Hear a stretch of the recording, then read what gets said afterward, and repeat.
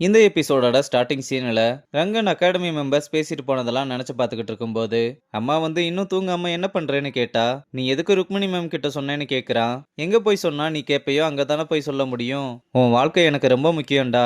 இந்த தடவை நீ விட்டா உன் லைஃபே போயிடும். துளசி அவளோட வாழ்க்கையில் உனக்காக நிறைய ஃபேஸ் பண்ணியிருக்கா. நீயும் அவளுக்காக ஏதாவது பண்ணணும்ல.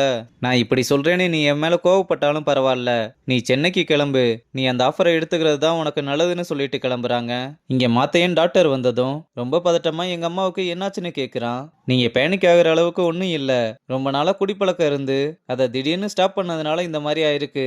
இதை நாங்க வித்ரா சிம்டம்ஸ்னு சொல்லுவோம். அதனாலதான் உங்க அம்மாவுக்கு இந்த மாதிரி இருமல் வர்றது, பாடி ஸ்ட்ரெஸ் ஆகுறதெல்லாம் நடக்குது.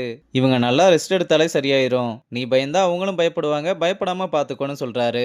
அப்புறம் அகாடமிக்கு வந்ததும் தியோ அம்மாவுக்கு எப்படி இருக்குன்னு கேட்க, அவனும் டாக்டர் சொன்ன விஷயத்தெல்லாம் சொல்லி ஃபர்ஸ்ட் டைம் பாக்குறேன்னா அதான் கொஞ்சம் பயந்துட்டேன்னு சொல்றான். கடவுள் எல்லாருக்குமே கஷ்டம் கொடுக்கத்தான் செய்வாரு. ஆனா கண்டிப்பா நல்லதுல தான் போய் முடியும். என் பெஸ்ட் பாய் ஃப்ரெண்டுக்கு எல்லாமே பெஸ்டா தான் நடக்கும்னு சொல்ல, அட நீ வேற, இதுக்கப்புறம் தான் பிரச்சனையே இருக்கு. என்னடா பிரச்சனை உனக்கு? எப்ப பார்த்தாலும் புலம்பிக்கிட்டே இருக்க. காலேஜ் முடிய போகுது. நான் இப்படியே இருந்தேன்னா நம்ம லைஃப்ல ஒரு இம்ப்ரூவ்மெண்ட்டும் இருக்காது. நான் கிரிக்கெட்ல பெரிய ஆள் ஆகணும்னா சென்னை போயே ஆகணும். இதை விட்டா வேற டிசிஷனே இல்ல.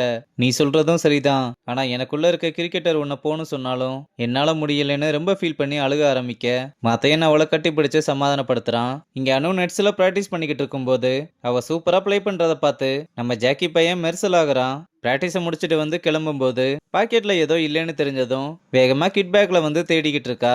ஜாக்கியும் என்னாச்சுன்னு கேட்டா, ஹாஸ்டல் ரூம் கீ மிஸ் ஆயிருச்சுன்னு சொல்றா. சரி, இங்கதான் எங்கேயாவது இருக்கும், பொறுமையா தேடுங்க.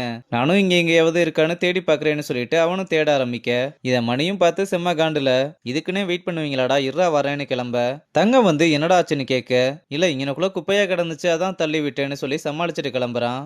இந்த பக்கம் ஜாக்கியும் கீயை கண்டுபிடிச்சு கொடுத்து கீழேயே வச்சுக்கிட்டு இவ்வளவு நேரம் தேடி இருந்திருக்க, நான் சரியா கவனிக்கலன்னு தேங்க்ஸ் சொல்லிட்டு நம்ம அப்புறம் பார்க்கலாம்னு சொல்லிட்டு கிளம்புறா. ஜாக்கியும் அணுவுக்கு நல்லா ரூட் விடுற மாதிரி தெரியுது. இந்த பக்கம் மணியும் தங்கத்துக்கிட்ட, நம்ம இப்ப அடிக்கடி சண்டை போடுறோம்ல, எனக்கு இந்த மாதிரி இருக்கிறது சுத்தமா பிடிக்கல. எனக்கும் தாண்டா, சின்ன சின்ன விஷயத்துக்கெல்லாம் சண்டை போடுறோம்ல. முன்னாடிலாம் நம்ம பேசும்போது செம்ம ரகலையா இருக்கும்.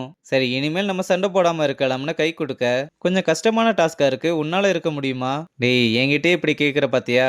இல்ல இல்ல, சும்மா தான் சொன்னேன்னு அவனும் கை கொடுத்து இனிமேல் நம்ம சண்டை போடாம இருக்கோம்னு சொல்றான். இங்க ஆங்கர்ல பசங்கெல்லாம் மாப்பிள்ள கிட்ட எம்என்சில என்ன நடக்குதுன்னு, தங்கத்துக்கிட்ட ஏதாவது இன்ஃபர்மேஷன் கலெக்ட் பண்ண முடிஞ்சதா, நம்ம நினைச்ச மாதிரி உள்ள சண்டை போய்கிட்டு இருக்கான்னு கேட்டா, மாப்பிள்ள இன்னும் தங்கம் சொன்னதையே நினைச்சு பாத்துக்கிட்டு இருக்க.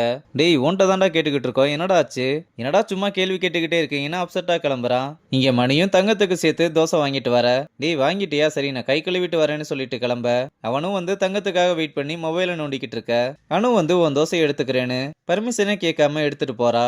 அப்ப தங்கம் வந்து எங்கடா உன் தோசைன்னு கேட்டா, ரொம்ப பசியா இருந்தது அதான் சாப்பிட்டேன்னு சொல்லி சமாளிக்க, அனு வந்து உன் தோசை கொடுத்ததுக்கு தேங்க்ஸ்டான்னு சொன்னதும், இந்த தோசையை தான் சாப்பிட்டேன்னு சொன்னையா? இல்ல, என்கிட்ட பர்மிஷனே கேட்காம அவ தான் எடுத்துட்டா. அவங்களுக்கு ஓன் தோசை மட்டும்தான் கண்ணுக்கு தெரிஞ்சுதா? என் ஃப்ரெண்டு கிட்ட கேட்கறதுக்கும் உன் பர்மிஷன் வேணுமா என்ன?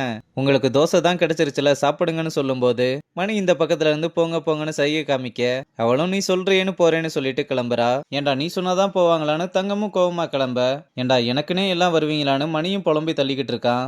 அப்புறம் ரங்கன் வந்ததுமே பசங்க எல்லாருமே அவன்கிட்ட சாரி கேட்க, அவன் அதெல்லாம் கண்டுக்காம மாத்தையனை கூப்பிட்டு பசங்க எல்லாருக்கும் ஃபீல்டிங் பிராக்டிஸ் கொடுன்னு சொல்லிட்டு கிளம்ப, மறுபடியும் நம்ம பசங்க மன்னிப்பு கேட்டா அதுக்கு எதுவுமே சொல்லாம கேர்ள்ஸ் கிட்ட 10 நிமிஷத்துல கிட் ரூம்ல வந்து அசம்பிள் ஆகுங்கன்னு சொல்லிட்டு கிளம்புறான். அப்புறம் ரங்கனும் குவாலிஃபயர்ஸை தாண்டி இதுவரை கேர்ள்ஸ் டீம் அடுத்த ரவுண்டுக்கு போனதே இல்ல.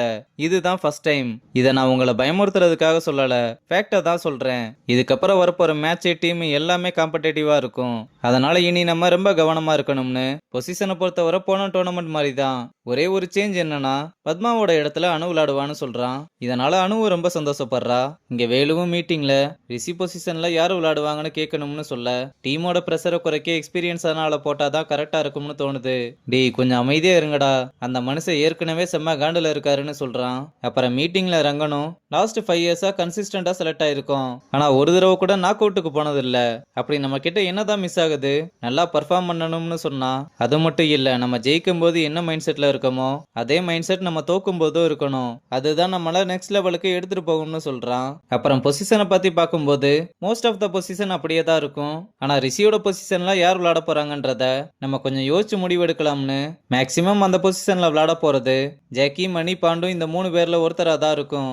ஆனா யார் ஆட போறீங்கன்றத வர பிராக்டிஸ் மேட்சை வச்சு டிசைட் பண்ணிக்கலாம்னு சொல்ல, மணி இதுல எப்படியாவது நம்மள ப்ரூவ் பண்ணி ஆகணும்னு நினைக்கிறதோட இந்த எபிசோட முடிச்சிருக்காங்க.